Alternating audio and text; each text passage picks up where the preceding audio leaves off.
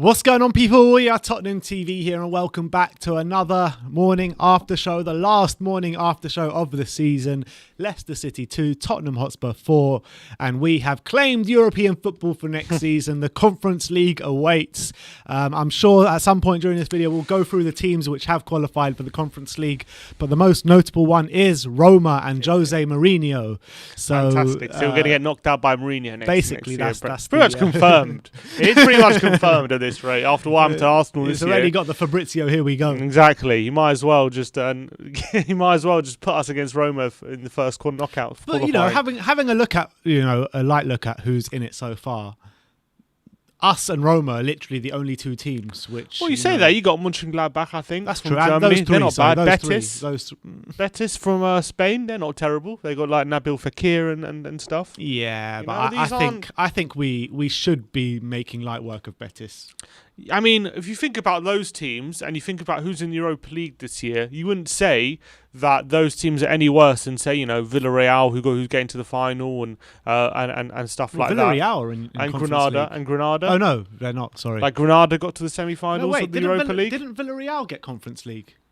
I don't know how did it end in the last game on Saturday. Maybe it was Villarreal in the end. Yeah, it was Villarreal. Betis got Europa League. Betis got Europa. So yeah. Villarreal will be in the conference next. Well, if Villarreal win. Yeah, not if they win. Apparently, if they win, I read actually, if Villarreal win, Spain won't have any representatives in the Conference League. Okay. That's what they said. But I'm just saying, the teams that they're mentioned are they don't feel like they're any worse than teams who have gone to the semi-finals of the Europa League this year. Well, while we're on this topic, shall we get up that image of who have qualified? Have you got that there anywhere? Well, it was what I realised that what I was using yesterday was an outdated image. Let me see if I can get up Europa Conference League. Let me see if I can get up who's qualifying. While I find that, let me see. Did Football London post who's going to qualify? No. I'm trying to find who... Well, while my brother's looking that, I want to say a welcome to Turk Wise, to the Tottenham We Are Tottenham family. Welcome to the Gold membership. So thank you very much. Callum Hamlet actually said Gladbach didn't get it in the end and Union Berlin got it. Oh, really? I thought Union Berlin were going to be in... Oh, wow. So Union Berlin got it instead. All right. So, yeah, I think it was outdated, that thing I was looking at Union yesterday. Berlin got it. They finished 7th. Gladbach finished 8th in the end. Gladbach finished 8th in the end. Okay. Yeah. I'm trying to find who qualified. I can't find a graphic or anything. So in Italy, Roma got it. In Spain, In Spain, Villarreal got it. In England, Tottenham got it, obviously. In Germany, Union Berlin. What else is there? In France, I think it was... Who was it in France? In France, it was Rennes. Didn't Rennes play Arsenal this year? Or last year? Is this who it's saying? One sec. The teams who qualify. So it's Feyenoord. What's going on with the phone image? That's fine. Let's Okay. just... Villarreal, Union Berlin, Roma. I know Anderlecht Rennes. got in. On the third qualifying round, it's Paco de Ferreira from Portugal, Rubin Kazan, Anderlecht, Kolos Kovavalvika from Ukraine, Vitesse, Trespanzo and Lask. Oh, bloody hell, this is mad. What's this? There's some Champions League teams who dropped down. Like who?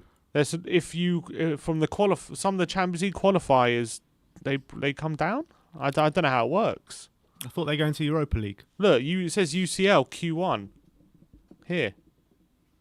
Oh, unless it, I don't know. You get knocked out the first qualifying. round, Oh but my maybe God. you go into Europa League. Then there's to always Conference League. Then look, there's always random teams. 6th place in Portugal, Santa Clara. 5th place in Russia, Sochi.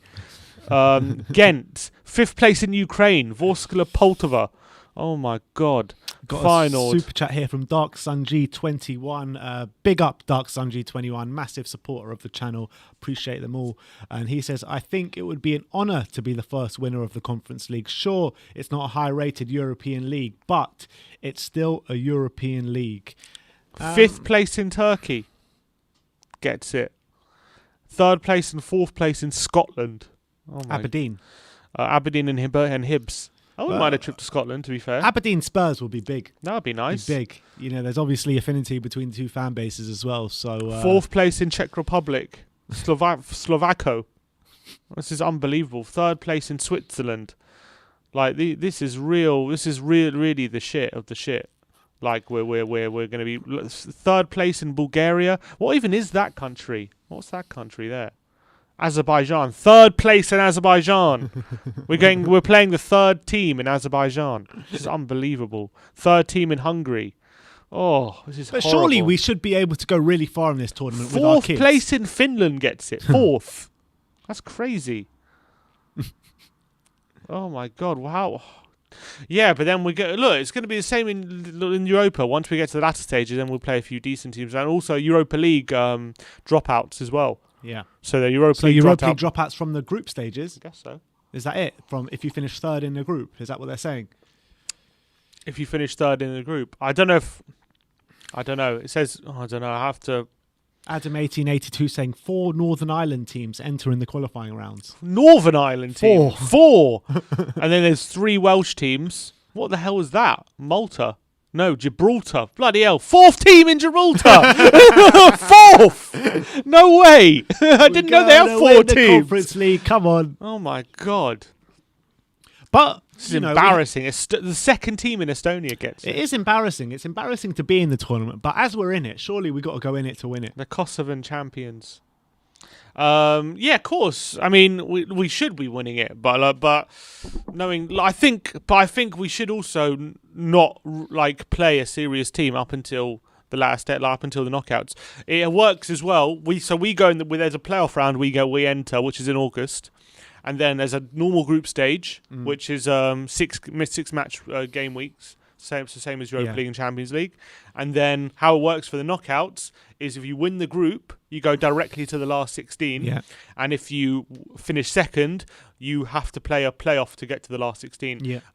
So it's not a last 32, but it's like, I don't know how, so it's a playoff. So it's very important we win that group and avoid that. 2 extra games. Yeah. Well, we have to qualify. We have to bloody qualify for this tournament. Yeah, but embarrassing. the teams in the qualifiers, you should be able to play Harvey White and Dane Scarlett and people like that Exactly. and get through. If we're playing bloody Gibraltar 4th place team, I mean, well, honestly, we should be able to play our under 18s. The Macedonian 3rd. Oh my God, this is horrendous. Who's this? Armenia, the Armenian 3rd place team.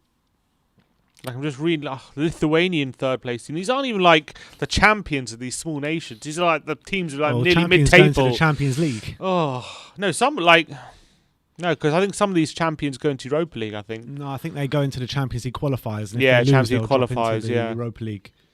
Kazakhstan 4th place. Israel though, Israel 2nd place. Maybe. Yeah, I think Maccabi Tel Aviv and Ashdod are in it, aren't they? Yeah, we'll have to wait. We'll have to see who finished. What I don't know who's finished.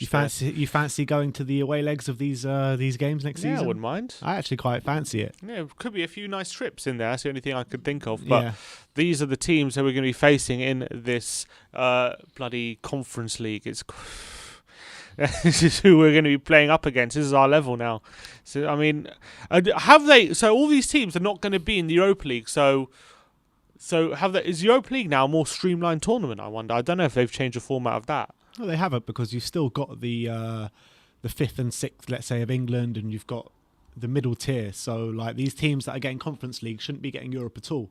Is in the previous the way it worked. Yeah, but in England we would have been in conference. We would have been in Europa League. That's true. They've taken away away one space. Yeah. So I mean, it's just like the teams that struggled to get into the Europa League are going into the Conference League now. Pretty much. Oh my god, so embarrassing. But yeah, I was talking to my friends yesterday, about a lot of them were saying, Spurs should have thrown the game to stop Chelsea finishing in the top 4, and you shouldn't be should Spurs be happy about finishing with Arsenal and getting Conference League, or should it was a bit like, when was it in the 90s when Spurs had to play Man United on the last day, and we fans wanted to throw the game, and Arsenal, if we were playing Man United, and if we would have won, Arsenal would have won the league. And apparently, I was quite young. 1-0 up. Yeah, Spurs were 1-0 up, and apparently all the Spurs fans started booing and stuff because they didn't want us to win. Yeah. And they're like, should we have been more like that yesterday? Should we have wanted to lose, or is it end of the day a positive? We just finished with Arsenal. I don't think it's a case that, I mean, if it was a case of maybe Chelsea going on and win the league or Arsenal going on and win the league, then I would accept that. But at the end of the day, it's them creeping into 4th, where they could have got Champions League anyway if they would have won the Champions League. And in terms of finishing Arsenal, I mean, it's not the be-all and end-all to finish above Arsenal anymore. I think it's a bit of a small club mentality to look at it like that way, seeing as we have finished above Arsenal in the last 4 years. And in terms of the Conference League, it's not ideal. And don't only small clubs have finished below Arsenal, though. Huh? Yes, they do. But what I'm saying in the Conference League is that, I didn't want it. Nobody wanted it. But now we've got it. Let's go in it and let's try and win the thing. I agree. And we can hopefully become inaugural Conference League champions. Yeah, I don't know why. It's all about turning negatives into positives. I don't know why they made this tournament, though. I just don't know why. What is the point of it? What money are they going to get? Who's going to watch it? No one's They've got it on, at the same time as Europa League. So who is turning off? I mean, no one's watching Europa League football anyway. And so who, in turn, is going to watch the Conference League when on at the same time? I just don't understand it. Yeah. I don't understand the thinking. Why have it on? At least make it on a different day or something. I wonder what channel is on. Who's bought the rights for it? I don't know. But at least make it on a Friday or something. I don't know. I mean, it will be horrendous if we had to play Friday every week or every other week and then play I believe Friday. It's Thursday. I know it's Thursday. I'm just saying, if you're going to make a separate tournament, if you're going to make it the same time as Europa League, it makes 0 sense. Because who's going to watch it? Who's going to turn off Europa League? Where else could you fit it in anyway? I'm saying, I know, that's my point, but either make it a different time, really early on Thursday or something. I know it'd been really inconvenient, but I don't see the point in having it on at the same time as Europa League. I don't see the point in the tournament. Yeah, whether we see the point or not, the facts of the matter is it's happening now. We're in it now. So let's go in the tournament and let's go and win the thing. It's still a European competition at the end of the year. It's like the bottom of the barrel of European competitions, but it's basically like the Carabao Cup in England. Do you know what I mean? If Arsenal still count, was it the Fairs Trophy as a European tournament win? Toto Cup. No, I know they won that. There's some round the international they won the Cup Fairs, Winners' Cup. And I'm saying there's 2. They won that one, and they won another one. So they say they won 2, and it's called something the International Fairs Tournament or something like that. Some really random thing. Some friendly tournament. And then they count that as a European trophy. So if they count that, I'm going to count the Conference League. YP Tourette says this might be a good tournament for the youngsters. Do you know what we get if we win the Conference League? I don't know if you want to know what we get if we win the coveted spot in the Europa League for the following year. We literally get Europa League spot. So embarrassing, man. something we will get something even more we don't want. We get something more we don't want for the Conference League. It's just, I mean, this is such a joke. They're trying to create this whole tiered system, but UEFA, I feel like they don't know what they're doing. Like in terms of these tournaments, and then the new format for the Champions League that's comes in 2024. The thing it's is, also a joke. The thing is with the Conference League, it was I think the idea of it was to give clubs that aren't usually in Europe the chance for their fans to go see their club in Europe. But so now Roma and Tottenham are in it. Like, these clubs are usually in Europe anyway. Yeah, I know exactly. So, I don't know. According to the Spurs, what was that? Spurs Express. Let me see. To be honest, the way I think they should do it, I think they should shorten the Champions League, shorten the Europa League, and make the Conference League a bit more higher.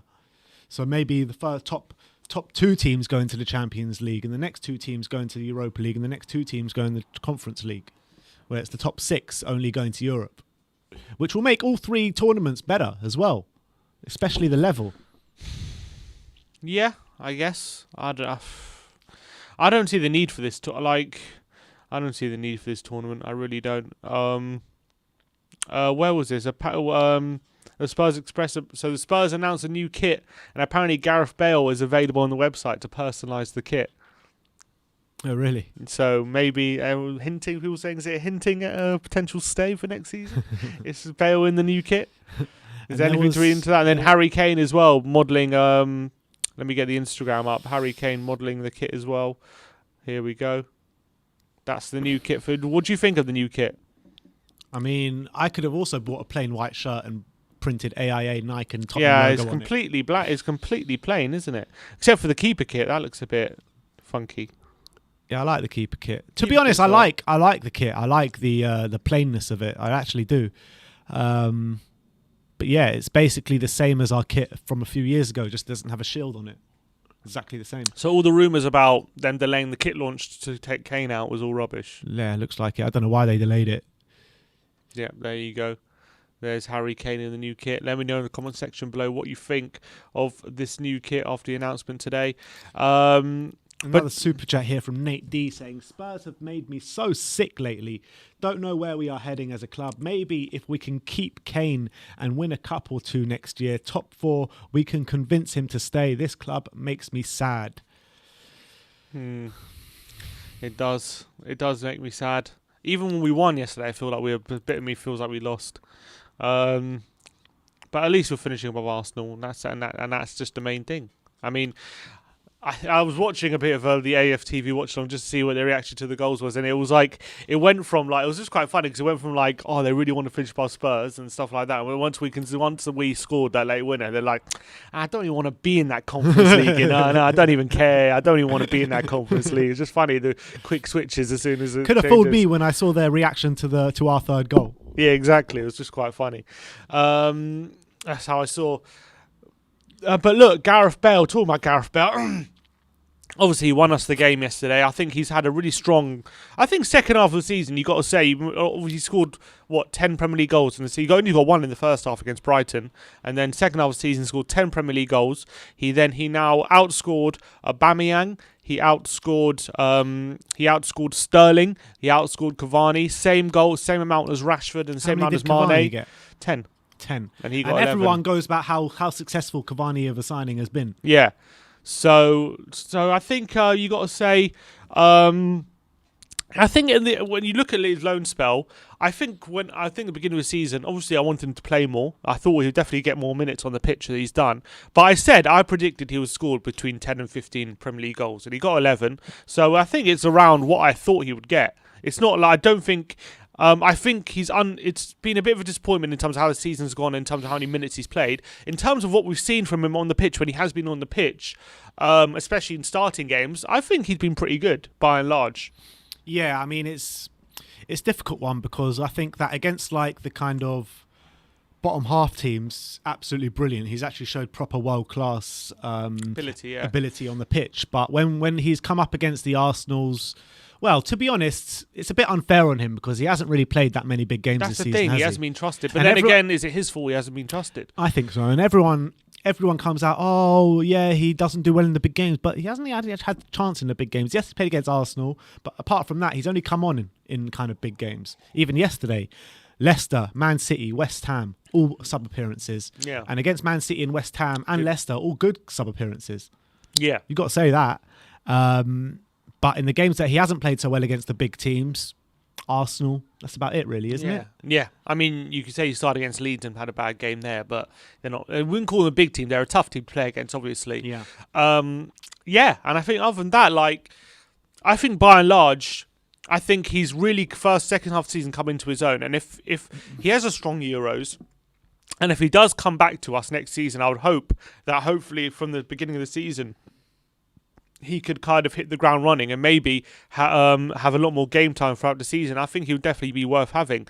He would be expensive, no doubt about it. Look, we'll be paying 12 million a year, but if we were to say no to him and we were to sign someone else, you're talking about at least 20-30 million transfer fee, and then you're talking about between 50 to 80 to 100 grand a week wages, which which would be even more costly than bringing Bale back. So I feel like bringing Bale back would be the obvious choice, even if it meant I think he's just a good weapon to have. I really do. I really think he's a good weapon to have. Even if he's not starting every game, I think he's good to have around the squad. He can always come up with something if we need it. And I think he's proven this season, even though it's people say, just against bottom half teams, but you need that as well.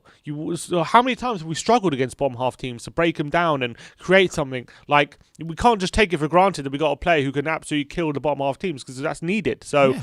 I think that's what I've been saying pretty much all season since he's come into the team, or second half of the season anyway. Yeah. I've been saying it's a complete no-brainer to get Gareth Bale in, because look at the first half of the season. Yeah, we were beating teams, but we were struggling to score quite a few goals against these teams. Mm-hmm. Steven Bergwijn didn't get a goal till the end of the season. Lucas Moura as well doesn't get enough goals for the kind of positions he's in on the pitch. And these are against bottom half teams. Exactly, and these are against bottom half teams. Yeah, Son and Kane, all right, they battered teams in the first half of the season, but they're the only ones. We were relying so heavily on these two players to get us the goals and assists throughout the whole season. To have someone in there like Gareth Bale, I think is, it's a complete no-brainer. And also, those three players, I think, combined for the most goals ever in the Premier League. Yeah, exactly. Yeah, those three. There are three of them. So I don't think in the end of the day our front three was a problem really this season. I think if we had that front three next season, I know it's unlikely at this point with the future of Kane and Bale very up in the air, but if we have that front three and improve our back line, I think that could be a very good way to go. And obviously maybe a few tweaks in midfield as well. But I do think that front three is, if they get the more time they get together, the better it will be for us. Mm. And I think we need to really try and get Bale back for next season. That's what I'm hoping for. But the decision has already been made, apparently, on Gareth Bale. That's what Bale said Gareth yesterday. Bale says the decision's been made, but all the kind of reliable journalists of Romano, Dan Kilpatrick have all been saying that the decision is yet to be made. Yeah, I wonder what Bale is thinking about when he said that.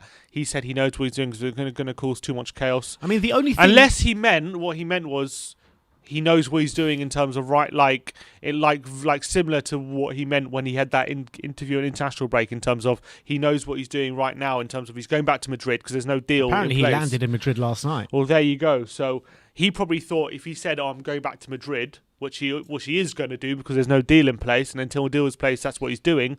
Maybe he thought... Didn't he say he knows what he's doing next season? Isn't that what he said? He didn't say that. He was asked what the plans are for next season, and he said it's all going to be sorted out after the Euros, but right now I know what I'm doing, but I'm not going to say because it's going to cause chaos. Oh, so I think that is what that's he's saying. That's probably what he means, because obviously when in the international break he said next season the plan right now is to go back to Madrid, and then he said that and that caused chaos. So maybe he's thinking right now, if I say that again, I'm going back to Madrid, because that's what he is doing, because the loan deal's ended now. So the only thing, he goes back to his parent club until another deal was struck. He probably feels like if he says that on camera again, it feels like that he is going to go back to Madrid and it's just going to cause chaos again. If you get the Spurs Express up on Twitter. I've got it up on Twitter actually as you're speaking. So have a look at the Conference League trophy. It's actually a really nice trophy. It looks like Europa League one. It does, but look, it's nice, isn't it? Nice and fresh, shiny. Wouldn't mind Sissoko lifting that one up. It looks nice. Something to grab, I guess. We need something. Talking about Spurs press, he's been updating on Dan Kilpatrick. He's saying here, Daniel Levy is open to extending Gareth Bale's stay at Tottenham, but a new manager will have a say in any fresh approach. So that is the state of play in terms of that. And also, where was it? He said, Kilpatrick claims Spurs do not have an automatic option to extend Bale's loan for a further year. Any new deal will need to be arranged with the player and Real Madrid, which is different to what Alistair Gold reports, who said we do have an option, and if we want to extend Bale's stay, we just have to extend it, and then if long Bale agrees, we can move forward with it. So it's interesting, there's two conflicting reports there. I wonder which one is more reliable. Well, I want to get into what Alistair Gold said about the manager situation yesterday, but just before we do that, let's take a look at Ryan Mason's last ever press conference as Tottenham manager. All right. Here we go. We're batting away questions about Harry Kane for the last time, people. Come on. Okay, good afternoon everyone. Welcome to our first press conference with Ryan Mason after our game against Leicester City. Please raise your hands and try to get to as many of you as possible. Who would like the first question? Any hands raised? Can't see any hands raised at the moment. Alistair Gold. Okay. Hey there, Ryan. Congratulations on that final performance of the season. What did you make of it? You must be delighted to at least sign off in style with a bit of spirit as well. Yeah, I thought so. I thought the second half we were excellent. I thought in the first half as well we were very good. Obviously disappointing to concede 2 penalties. But listen, firstly, I want to dedicate that win to Simon Bamba and his family. Incredibly loved at this football club. We lost him a couple of days ago, so I'm sure he's looking down on us, and he helped us today because the last 10 minutes we showed immense quality in those moments where there was big pressure. We felt the pressure with their fans as well. We felt that energy within the place. And I thought the calmness we showed, the desire, first of all, to run. Every one of those players on the football pitch today wanted to run. They wanted to compete.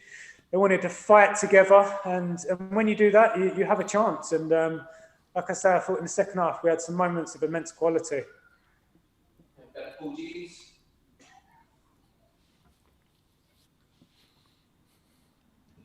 Hi Ryan, can I ask you your thoughts on qualifying for the Europa Conference League, and also is there any frustration in the way you played so well in the second half that you've almost missed out on the top 6? And how do you explain that when you can play like you did at the end?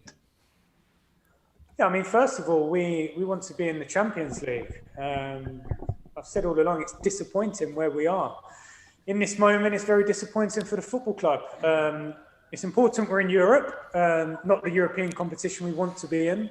Wednesday night was a massive dent for us. I said that after the game.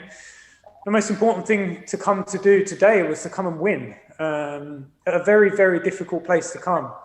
And I thought we come here and we not only won, but I thought we deservedly won. I felt like we were the better team. I felt like we was in control. And like I say, we had some real moments of quality. So it was important we finished today with a win for many different reasons. Yes, not the competition we want to be in next year, but it's a European competition and we will respect it, that's for sure. Hi, Ryan. Gareth Bale obviously made a tremendous difference. Sorry, can you hear me? Yes, I got you. Sorry. Bale obviously made a massive difference in the second half. Has he done enough to earn himself a second season back at Tottenham? Listen, I'm not going to speak about individuals on this summer, next season. The football club, we need to appoint a manager first. But in terms of Gareth, yes, he produced moments of brilliance. And I've said all along that Gareth won't lose this. You don't just overnight lose that ability to produce moments when you're that good. He's proven it over a decade. And he's been excellent for me. And he's been excellent today as well. I felt like he'd come on, he changed the game. He's finished some of the touches, some of the balls he played. Immense quality, and I expect nothing less from Gareth.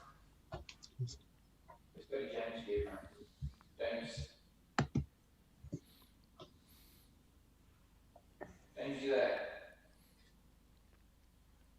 Okay, we're going to go to Jonathan Bill. Jonathan. I don't know if you can hear me. I've the confrontations going on.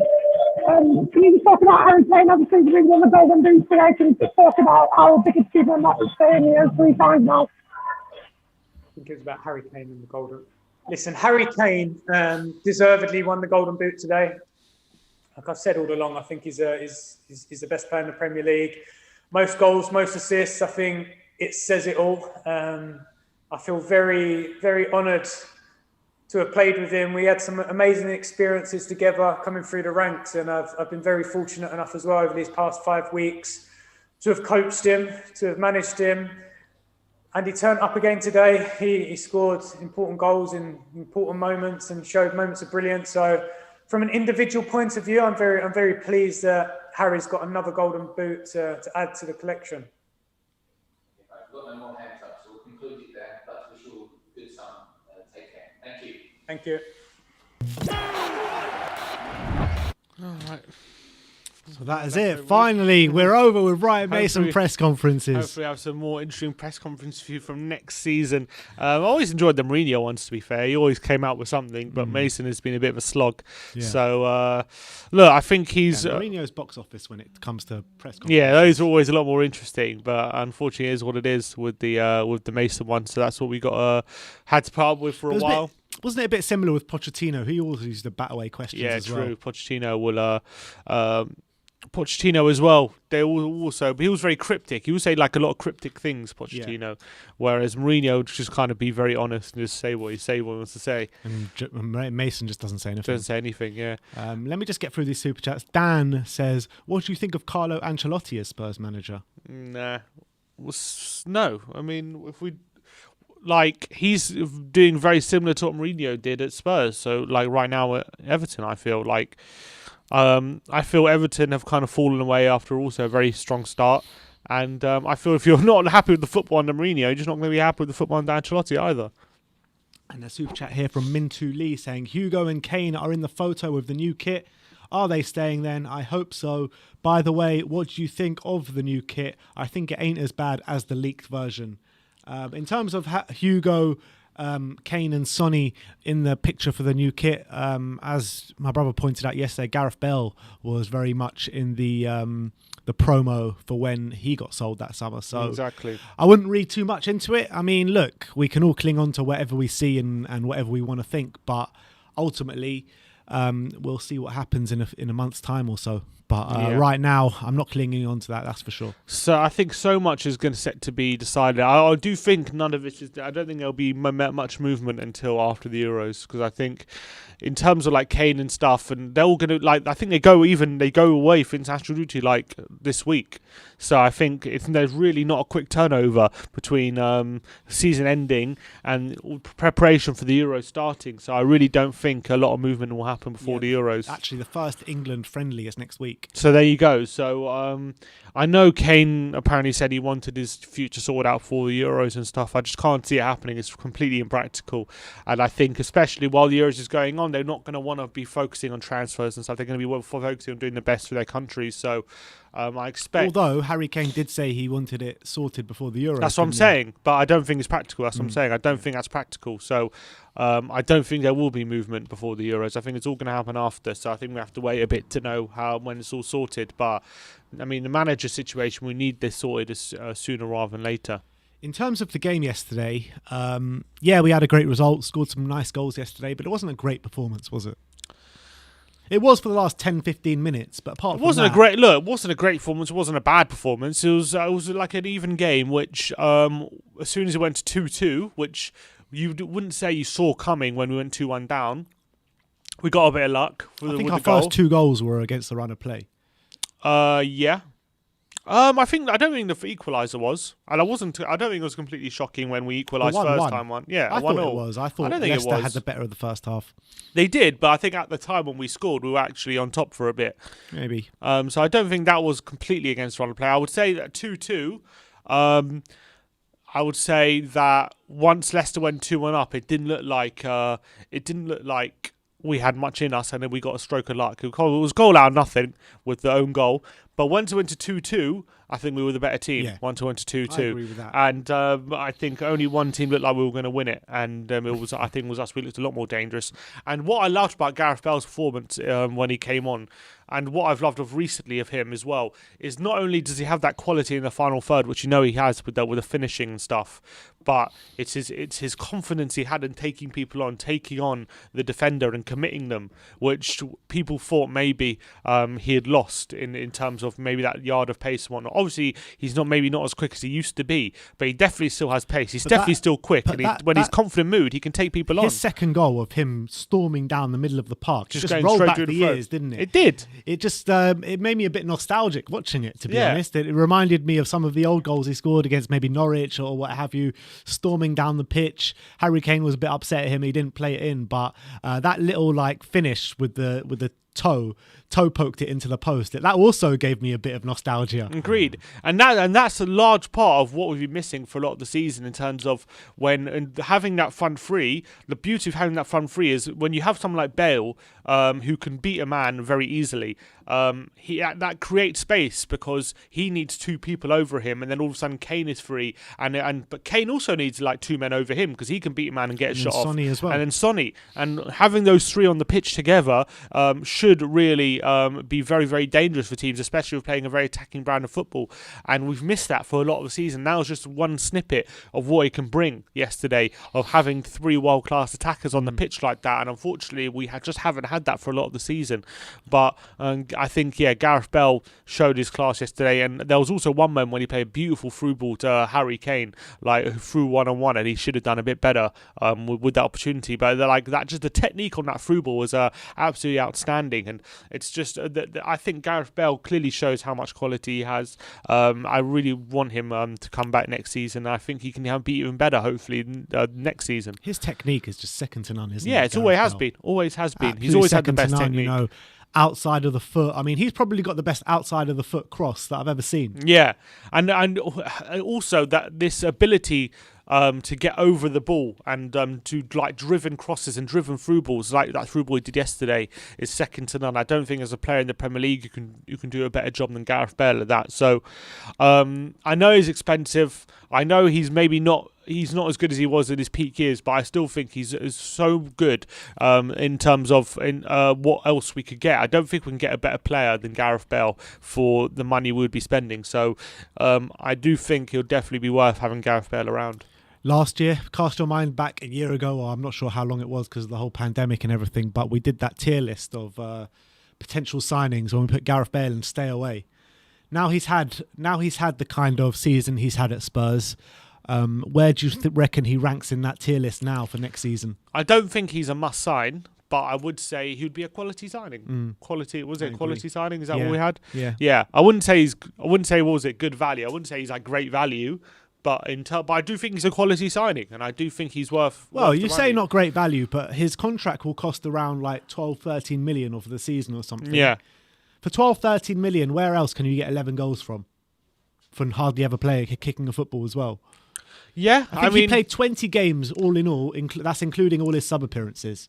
I would look when I think of great value. I think of getting a bargain. I think in terms of 12 million a year, I don't think it's a bargain, but I just think it's good. You get what you pay for in a way. So that's why I say it's a quality signing. If you're paying for 5 million a year and he gets 11 goals, that's like a bargain. But 12 million a year for 11 goals, I think that's pretty much par. So I think that's how I see it in that sense. We've got a super chat here again from Dark Sun G21 saying, I hope we win our first 5 games next season. So do I. Hope we win our first 38 games next season. Bad news on the Tanganga front. Oh, God. He's suffered serious ligament damage and is going to be missing. He will be missing over 2 months. And obviously we've got pre-season now, but apparently he's going to be missing most of pre-season, which is a big blow for him. Annoying. That's a big blow for him. So that's unfortunate. Yeah. In terms of the manager update, let's look. So Alistair Gold tweeted this out yesterday, which kind of sent Twitter ablaze in terms of guessing. So it says, understand Spurs have decided on the top candidate to become their next manager and hope to appoint him in the next 7 to 10 days. However, it's someone who will test Spurs' financial resolve. Time to show ambition. So that is what he tweeted yesterday. Yeah. And apparently He went on to say after that. He went on to say that this means that the manager is already at a club, and the money that we're going to be spending is compensation to that club. Yeah, he said, and apparently also, he also went on to say, where is it? He went on to say the top 2 candidates Tottenham have for the vacancy are both currently in management, and we have to hope to prize them away from their current clubs. So I'm guessing one of them's Brendan Rodgers. Yeah, probably. So I asked people yesterday in the tweet. No, keep on. I asked people. Sorry, I asked people yesterday predictions for who it is. So a lot of people predicting in the comments who they think it is. Some say it's Potter. One person said maybe Gerrard. I think someone who could tempt Kane into staying. People were saying maybe it's Conte, but Alistair Gold in his article said he doesn't think it is Antonio Conte. I got a feeling it's Bielsa, you know. Someone says, love it to be Bielsa. I think it is. I got a feeling it is. Someone tweeted a gif of Tim Sherwood.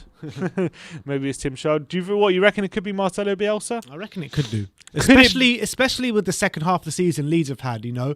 Because that's the one question mark everyone had about Bielsa this season, that he doesn't care about defence, he doesn't look at the defence, you know. And I think they've really shored up the defence in the second half of the season, and he's actually shown what a good manager he is, in my opinion. They've been great Leeds, you've got to say. Great end of the season, and they've learned mid-table as well for a promoted team is great. Some saying it could be Ten Hag or Rodgers. Do you reckon Ten Hag then is still in the running after that? Definitely. Because the Ten Hag thing, everyone's got to remember, it's not him that signed a contract. It's Ajax that triggered an extension after hearing Tottenham were interested. Yeah. So that doesn't mean Ten Hag doesn't want to join us. That means they don't want him to join us. Yeah. It also means we have to pay a lot more money for the manager. Exactly. So that could easily be Ten Hag as one of the options in that, according to that tweet. Someone's tweeted who is this? Potterball tweeted a gif of Diego Simeone. I don't think it'll be him, unfortunately, after he won the league with Atletico.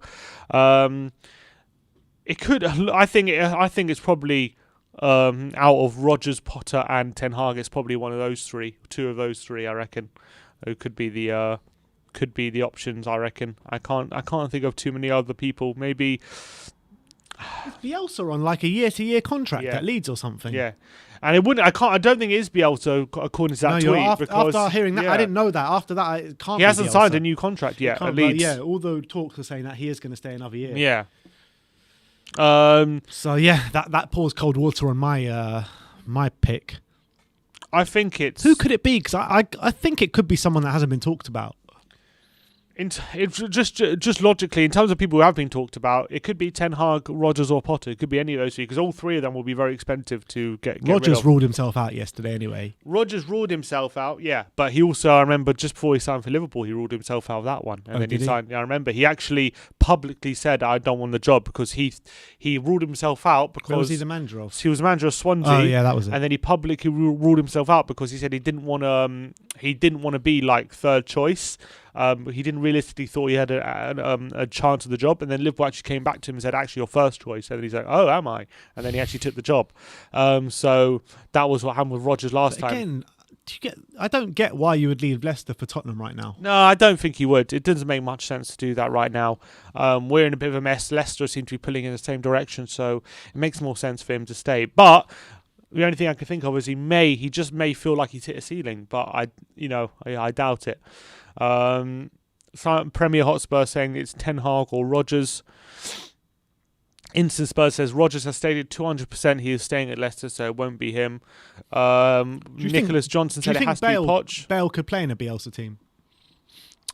I don't think he could be starting every week in a Bielsa team. Well, saying that, Ricky Lambert, I remember, did really well under Poch because they managed his positioning and he actually improved under Pochettino. So, yeah, do I think Bale could start in a Bielsa team? Yes, but you'd have to kind of adjust your team for him. You'd have to kind of make your team around him. So, for example, could we have a front three of Kane, Son, and Bale in a Bielsa team? Probably not, because those three at the top, however world class they are going forward, they're not the best pressers. They're not like that young, vibrant, Do you think Bale attacking would dynamic have to be that you more of a need. Cam or something? Yeah, I think he can play on the right, but you need runners to help him out. You need like a very, very dynamic right back who could cover a lot of ground on the right hand side, and you'd probably need someone like an Indeed or a Kante in the centre who could like be two players basically. You remember when Poch was here and Ericsson was like drifting in from that right hand side?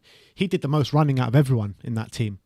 He did a lot of running, but he also had Wanyama and Dembele doing a lot of the legs behind him as well. So, and also he had Kyle Walker behind him. You know what I mean? So he had a lot of legs around him to help compensate for that. So that's what we would need right now. Unfortunately, the players we have in terms of Højbjerg and Doherty or Aurier, the right, they just don't cut it in terms of there's going to be left exposed. If we had a very dynamic right back and a very dynamic central midfielder who can cover a lot of ground, or more ground than say Højbjerg, then you could probably fit Bale in. But right now we would be compensating too much, I feel, to have Bale in that kind of system. Yes, it'll be interesting to see. Zidane, I don't think it'll be Zidane. He's obviously leaving anyway, Madrid. I think Ten Hag probably makes sense at the moment. But also, I think Fabrizio Romano said the other day that don't rule out any surprises. Yeah, whatever that means. I'm trying to think who's in a job right now. Maybe Lopetegui from Sevilla. He's in a job. Maybe he could be a surprise one because he's done quite well at Sevilla, hasn't he? This season been quite high up the league, and obviously won Europa League last year. So maybe he's an option. Maybe the guy from Lille. He's apparently going to Nice. Is that confirmed? It's not confirmed, but I think it's on the way to happening. So if that's not going to happen. Maybe there's someone saying Niko Kovac from Frankfurt, or Monaco. Sorry, maybe he's one. Someone put a bet on Pochettino here. Yeah, I saw that. They put £5 on 50 to 1. I don't think it'll be Pochettino. I think he's staying. I think I'll give him more time over at PSG, although he didn't win the league last night. Sorry, which was obviously a massive disappointment for PSG. What a goal from the corner, by the way, in the PSG game. It took a big deflection. Oh, did it? Yeah, I didn't see the deflection, but it like kind of just looped up in, into the far corner. Yeah, the way that ball moved was insane. New member here, Adam Campbell. Welcome to Gold. Welcome to the family, my friend. Thank you, Adam. And then Darkson G21 says, the thing I'm most shocked is that Zuma has more goals than Lamella, Winkstar and Sanchez and Bergwijn, Sissoko and Dele. This is why we are 7th. We need a director of football we need a DF that scores. A DF? Maybe means MF, midfielder. Yeah, that's the thing. They definitely, all of those players, especially when you're talking about goal scoring, Lamella, Bergwijn, Dele, we definitely need more output from them, and we definitely need more support from them. So yeah, you can get the phone off now. It's all right. So that was a thread that we posted yesterday. That was yesterday for the new manager. Yeah, we definitely need more for an output from our other players because we just rely so heavily on Kane, Son. It's just unfortunate.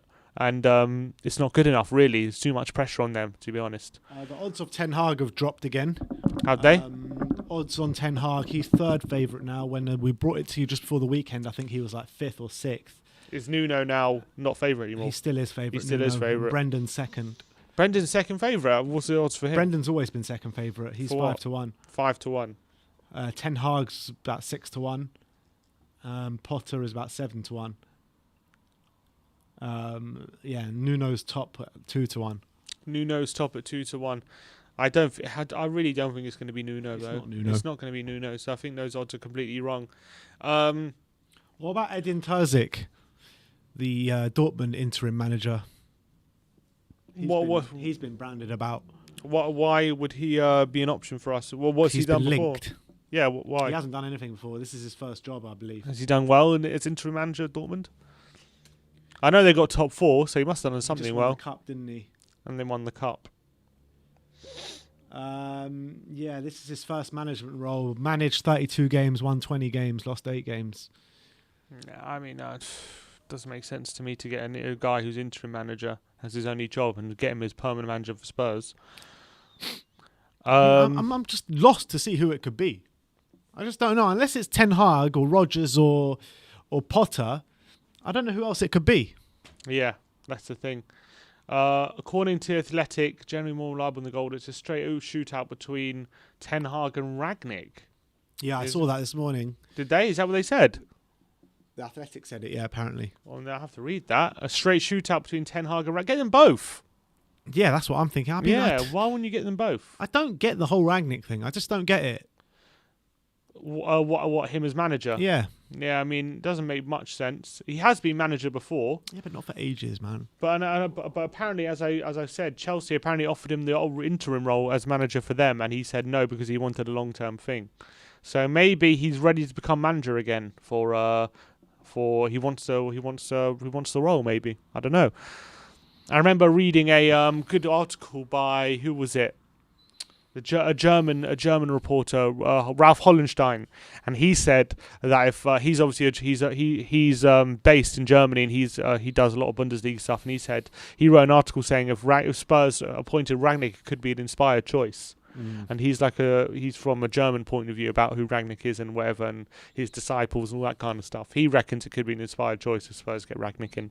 If you get Rangnick in, you have to give him free reins on the transfers as well. Yeah, because he would know exactly what he's doing in terms of that. Mm-hmm. So, I mean, I'm not totally against it, but it's again a risk of signing a manager as a manager in a while. So it's a massive risk. A bad news as well for Sergio Reguilon this morning.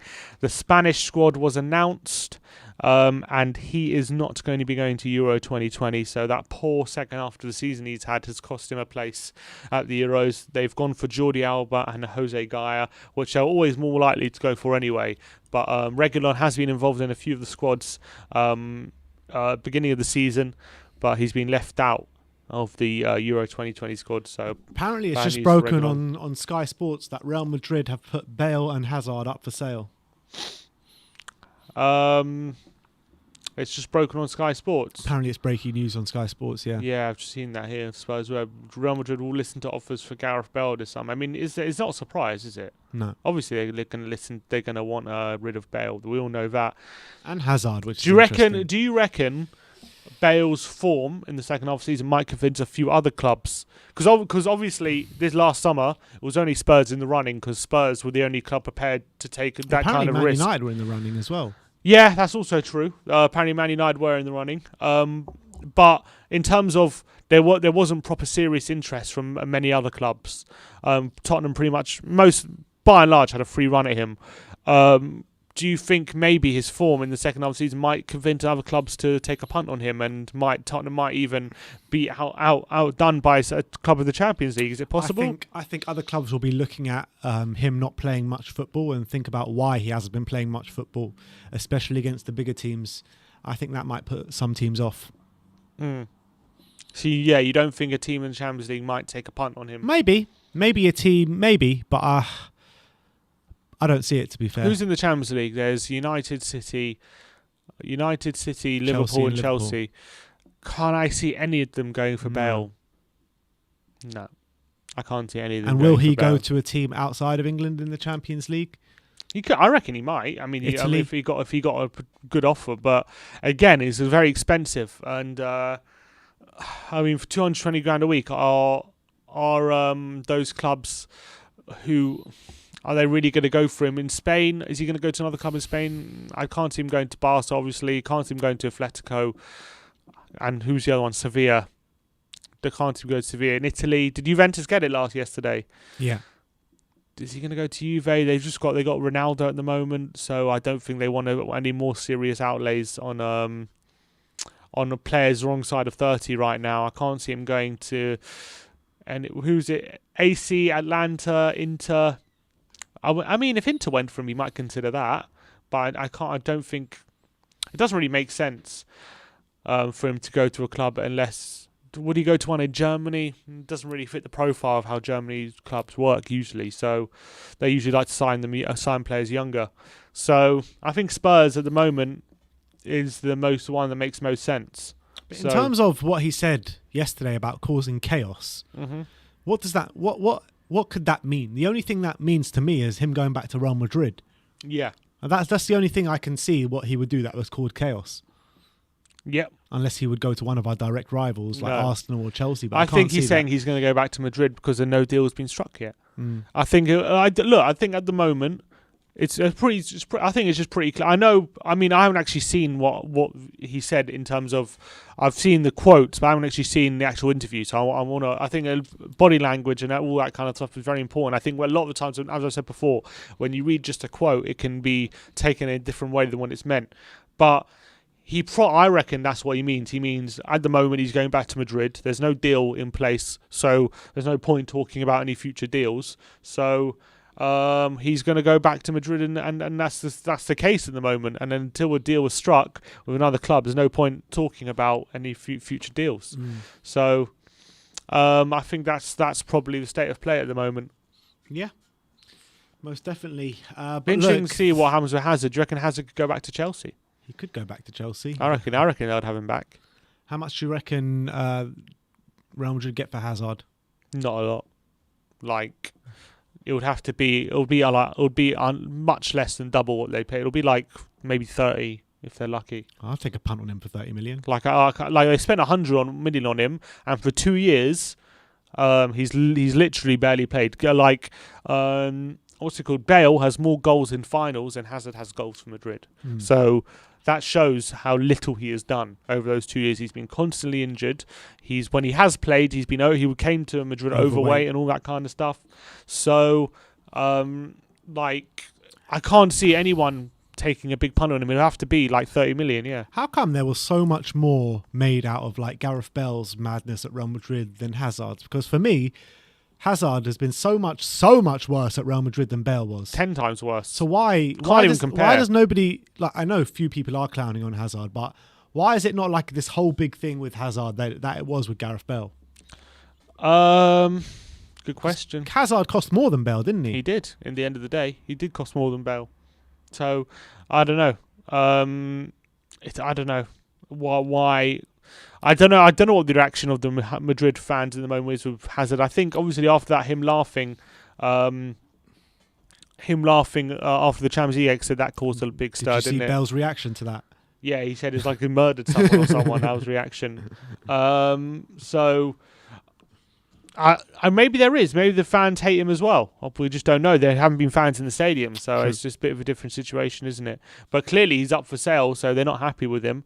And I think Madrid also want to kind of get as much money as possible to kind of regenerate the team, because I think, Kroos, Modric also very, very old at the moment, with Hazard now turning 30, Bale on the wrong side of 30, Benzema on the wrong side of 30.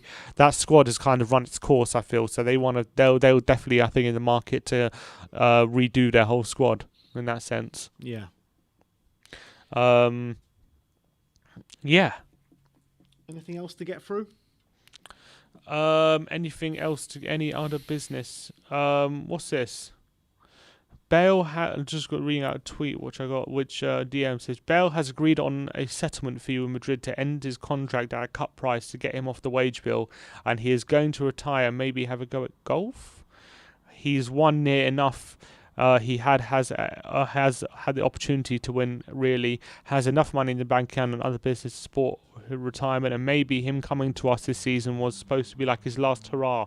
Just exploring wacky alternative meanings to what he could have been hinting at. I mean, a lot of people are saying this. Oh, yeah, he's going to retire at the end of the season and take up golf. But I mean, there's no substance to that whatsoever. Absolutely zero. So I mean, that's not realistic. But look, there are rumours he might retire at the end of next season, not this season. There are rumours he might retire, but could he retire at 33? I don't know. I think he's got so much more to give. It would be a shame if he did. It would be a shame. It would be a big shame. I think he's still clearly got so much talent and ability left. What I've seen from this season, it didn't seem to me like a player on his last legs, like set to retire. He seemed like he could easily play for another 2-3 years at least. I mean, if he carried on his form like he was first half of the season, then maybe. Yeah, first half of the season he did seem a bit like a finished player, but I think he's proven second half of the season that he's still got a lot of talent and ability, and physically he's still got a lot to give. I feel like he could be one big injury away from that, though. True. If he gets one big injury, maybe that could derail that. But he did stay relatively injury free for the last 6 months. Once he got fit, then he was fit, wasn't he? So yeah, and I think as well. But there was a difference between, for example, in January and stuff when he was getting back in the team. But I didn't see he didn't seem to kind of have that confidence to really take people on and use his pace. But once he did, I think once he gained that confidence, you could see once he's in full flight, he's still quite devastating, and he still can be that kind of player. And so here's this article from Madrid. It says Madrid will listen to offers for Hazard and Bale this summer, and amid their continued interest for Mbappe and Haaland. So that is Madrid definitely looking for a younger kind of younger kind of what do you call it? Profile of player. Profile. That's the word I'm looking for. Younger profile of player than they want to have at the moment, and I'm sure other players as well. Luka Jovic, they're looking to sell apparently. So it'll be interesting to see how that all plays out in the summer. Madrid could go for someone like a Jadon Sancho. Potentially, that could be one from left field. I mean, they'll be clever too because he's a quality player, but they definitely need to shift a lot from the wage bill, don't they? Yeah, I mean, Madrid. They offer such stupid wages to these players. Even Gareth Bale, with all the work, $600,000 a week, with all he's done ridiculous. for them, winning them 2 Champions Leagues, a Copa del Rey, and what have you, scoring in all these finals, it's just silly money. It's just silly money, and it's so not needed. I'm sure Hazard's probably on. God he's knows probably how on much. similar. Yeah. And we know Ronaldo, when he left, he was on like $1 million a week or something. But Between both of them, Hazard and Bale, they're probably on around $1 million. Yeah, probably, which is ridiculous. So I think, I mean, it was always obvious Bale was going to be up for sale. I mean, that's not a surprise. Is it a bit of a surprise? Hazard's up for sale, a tiny bit, but again, it's also not a shock. I don't think it's a shock. It's not a shock, but you know, it's news in terms of we didn't know whether they were prepared to sell him, and now we know they are prepared to sell him. So it's not a shock because he's been awful, but it's kind of new news that they have pretty much given up on him now. So that's that. I don't think he's going to come to Spurs. So again, he's going to be. I think again it'll probably be an aspect where Chelsea might think it's worth trying giving a go again. He might be worth the money in terms of from a romantic point of view. I don't think again he's going to get a big move to a team willing to pay a lot of money for him. They got some good players on the wing now, Chelsea.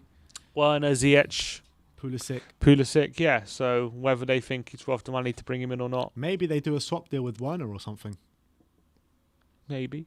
Why Peter Retes, do you guys have plans for making a tier list or ranking players video this summer? Enjoyed the series last year. Yes, we most definitely will be. Plenty, yeah, for sure. Got plenty planned for you guys over the summer, so don't you worry. We're still going to be bringing you daily content, multiple daily content every day. So looking forward to that. Yeah, loads of stuff planned over the summer. We've got loads of stuff planned for the Euros as well, so keep your eyes peeled for all the upcoming content. Looking forward to all of that. Adam Richards says Bale and Hazard swap deal for Kane. Bale and Hazard, no. Bale and Hazard and probably 100 million. And then a swap deal, then he'll give you Kane. Would you take that 100 million plus Bale and Hazard? Probably would, you know. Yeah, probably would. But Son deal looks done. And then Son might sign a new deal. What was that? Breaking news as well? Son contract. I don't know why is people saying. Let's see if there's anything on Son's contract. I mean, if Son does sign a new contract now, that's a bit of a result because I didn't think he would. I don't see anything on Son. But yeah. All right, I think that is all we're going to have time for. There is just a tweet from Alistair Gold saying the Premier League have confirmed that between Monday, May the 17th and Sunday, the 23rd... Oh, it's just about COVID testing. Nothing. Yeah, it's just about COVID. That's all it is at the moment. But yeah, we've got the England squad coming out tomorrow. So we'll probably do a live stream. Maybe we'll do a live stream to people's reactions to that and seeing what they think, who should be in the England squad and all that kind of stuff. We're also going to probably we're going to be having the end of season awards. We're going to have end of season ratings. We'll probably have a live stream for end of season people's thoughts on who their player of the year was, match of the year, all these kind of things, goal of the season. We'll have a live stream for that coming up probably of this week. So everyone keep your eyes peeled for all the end of season content, all the content leading up to the Euros. So we've got loads of content lined up, and obviously all the transfer news and all the breaking news we're going to have. This will be the first place to hear from it. So keep your eyes peeled for all of that as well. Exactly. So all the end of season stuff will be coming to your screens this week as we transition ourselves from We Are Tottenham TV to We Are England TV for the Euros. I'm looking forward to this Euros. A nice little break from Tottenham. And I actually think England got a big chance this Euros. They do. I think, yes, we don't have the best defensive players, but if you look at our front line, I honestly think our front line is as good as anyone's. It's as good as anyone's in Europe. So, you think as good as France with Mbappe and Grease and all them lot? Yeah, why not? We got Kane, Sterling, Sancho, Rashford, Grealish, Foden. Do you think Sterling gets in the starting 11 still? Do I think Sterling gets in the starting 11? He hasn't had the best season, but probably ahead of Rashford on that left-hand side. Well, Grealish as well. Rashford's had a much better season. Has he? Than Sterling. Why? I don't know. I just feel like Rashford has had a good season. I don't think if Rashford's got the same amount of goals as Bale. And Sterling's had less. Sterling's had even less than Bale. I'm not saying Sterling's had a better season than Rashford. I'm just saying I don't think Rashford's been that great. I think Sterling's had a poor season. And I think Rashford has also had a pretty poor season. But out of the two, you would say Rashford had a better season? Yes. Maybe. There's not a lot in it. There's not a lot in it. But do I think... who do I think my front three is? I still think it'll be... I think our best front three is still Sterling, Kane and Sancho. Potentially Grealish instead of Sterling. I'll put Grealish instead of Sterling for sure. But then you got Foden as well. Maybe it's Foden, Grealish and Kane. Or you could put one of them in a number 10. You could, yeah. And then you got Mount as well you need to put in there. So, we've got a lot of options. I think our front line our attacking players are as good as anyone. Yeah, but it's all about if Southgate knows how to use them. Yeah. That's what it comes down to. Agreed. So I think from that sense, we've got a good chance of winning the competition. But if we can get the balance of the team right, we'll have to see how we're looking going into the tournament. But I'm very excited for the Euros. It should be a good tournament, and there should be some good games of football. I just love an international tournament. It's always good fun. So, and obviously we've got to have a lot of stuff leading up to it. We're going to have a Euros 2020 Fantasy League as well, and all this stuff leading up to the tournament. So keep your eyes peeled for that. All right, so everyone, thank you everyone for joining us for the last morning after show of the season. Yes, I know we didn't talk much about the game, but is what it is. We had a lot to get through today. So thank you everyone for joining us today. Thank you for your support throughout the whole season. We'll be back with our player ratings and 5 takeaways and potentially our what we want to see as the England squad going into the Euros today as well. So thank you everyone for watching. Like, subscribe and comment. And as always, come on you Spurs.